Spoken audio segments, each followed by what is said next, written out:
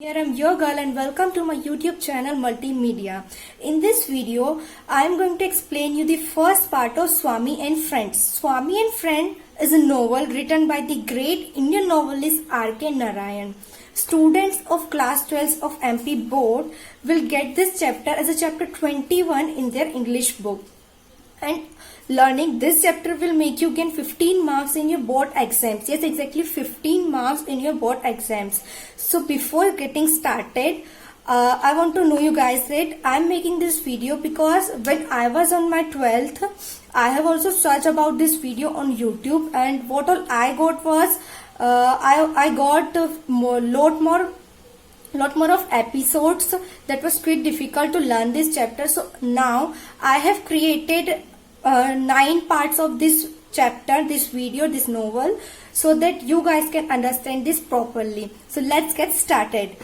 Monday morning, Monday की सुबह थी और स्वामी अपनी आंखें खोलना भी नहीं चाहता था, क्योंकि सैटरडे और संडे यानी कि बीते हुए दिनों को इतने अच्छे से गुजारने के बाद मंडे के मूड में आना उसके लिए बहुत ही मुश्किल था। वो ये सोचकर ही कांप जाता था कि फिर वही स्कूल की पुरानी बिल्डिंग में जाना पड़ेगा, फिर वही वेदनायगम सर की डांट, वही गुस्सा और हेडमास्टर के हाथ में पतली लंबी छड़ी, ये सब सोचकर वो डर जाता था। अब सुबह के 8 बज चुके थे और स्वामी अपने रूम के डेस्क के सामने बैठा हुआ था। वो अपनी चेयर पे बैठा आंखें बंद करी और सोचने लगा कि कल मुझे होमवर्क में दिया क्या था। फिर सोचने के बाद उसे याद आता है कि पहली चीज अर्थमेटिक यानी कि मैथमेटिक्स में उसे कुछ होमवर्क दिया था। दूसरी चीज प्रॉफिट एंड लॉस की पहेलियां। तीसरी चीज उसे याद आती है कि इंग्लिश के 8th चैप्टर के फर्स्ट पेज की उसे कॉपी करनी थी। चौथी चीज उसे याद आती है कि ज्योग्राफी का होमवर्क। अब उसके पास सिर्फ 2 घंटे बचे हुए थे, उसे सारा होमवर्क खत्म भी करना था और स्कूल के लिए तैयार भी होना था। ये सारी चीजें करके वो स्कूल पहुंच जाता है।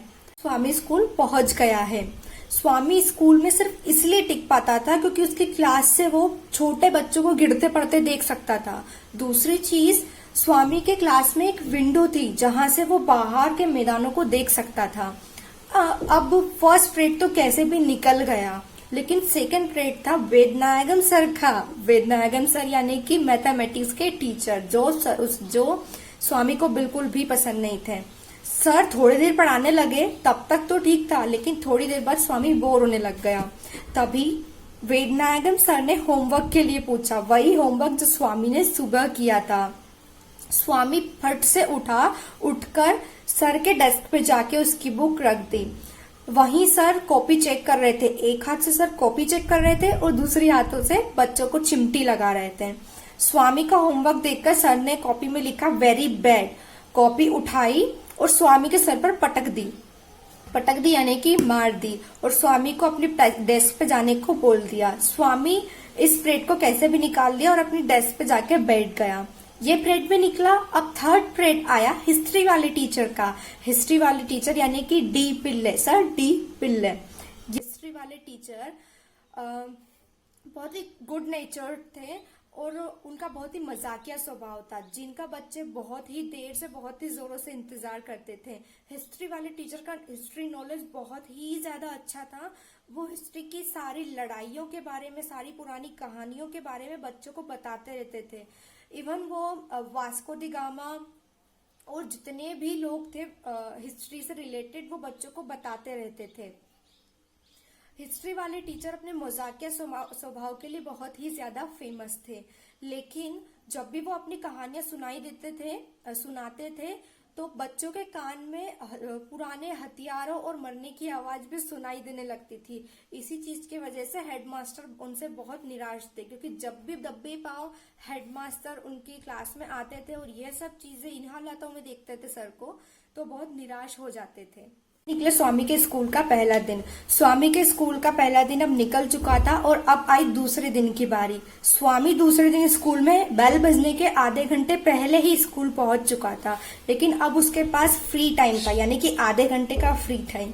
तो वो अधिकतर अपने फ्री टाइम को या तो स्कूल में दौड़कर या फिर उसके स्कूल में एक इमली का पेड़ है, उसके नीचे बैठकर उसका फ्री टाइम वो निकाल लेता था।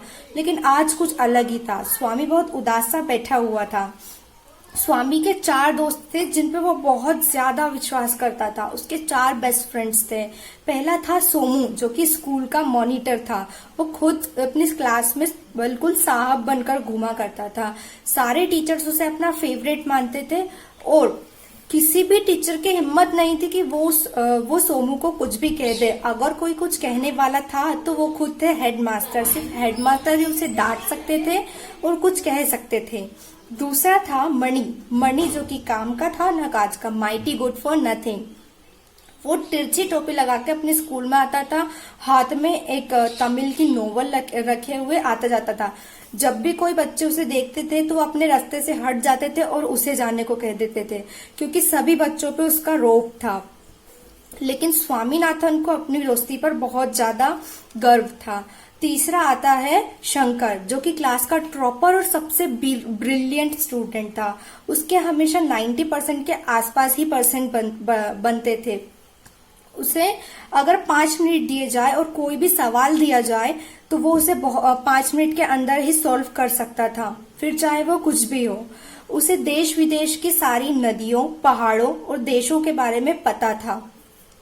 वो भी टीचर्स का बहुत ज्यादा फेवरेट था। स्वामी की एक बुरी आदत, शंकर की एक बुरी आदत थी कि उसकी नाक हमेशा बहती रहती थी। शंकर अपनी चोटी हमेशा गूंथ के आता था, क्योंकि उसके थोड़े बड़े बाल थे। वो अपने बालों को गूंथ कर और उसमें एक फूल लगाकर आया करता था। स्वामीनाथन शंकर को अपने फ्रेंड सर्कल में मनी की परमिशन के बाद लाया था, क्योंकि मनी का फ्रेंड सर्कल में बहुत रौब था, तो उससे पूछना जरूरी था। तो शंकर स्वामीनाथन के फ्रेंड सर्कल में मनी की परमिशन के बाद आया था, और जैसे ही शंकर उनके फ्रेंड सर्कल में आया तो स्वामीनाथन बहुत ही ज्यादा खुश था। अब आती है चौथे फ्रेंड की बारी। स्वामीनाथन का चौथा फ्रेंड था सैम्यूल, जिसे पी के नाम से भी जाना जाता था। पी उसका नाम इसलिए था क्योंकि पी यानी कि मटर, क्योंकि उसकी हाइट बहुत ज्यादा ही छोटी थी। सैम्यूल की छोटी हाइट होने के कारण उसे पी कहा जाता था, यानी कि मटर। सैम्यूल में कुछ भी इतना खास नहीं था कि उसके बारे में कुछ कहा जा सके, यानी कि सैम्यूल में कुछ भी अच्छा नहीं था, जो कि स्वामीनाथन में भी नहीं था। दूसरी चीज, सैम्यूल को मैथमेटिक्स बिल्कुल भी पसंद नहीं था, जो कि स्वामीनाथन को भी नहीं पसंद था। तीसरी चीज, सैम्यूल बहुत ही घबराया सा और बहुत ही घबराया और डरा हुआ सा रहा करता था, जो कि स्वामीनाथन भी रहता था। सैम्यूल और स्वामीनाथन में बहुत चीजें मिलती जुलती थी। यह चीजें स्वामीनाथन को बहुत ज्यादा पसंद थी और स्वामीनाथन इसीलिए अपनी दोस्ती पर बहुत ज्यादा गर्व करता था। तो यहाँ होती है स्वामीनाथन के चारों दोस्तों की बात खत्म और first part भी खत्म. This was the first part of Swami and Friends. If you guys have liked this video, then smash the like button and subscribe my YouTube channel. Thank you.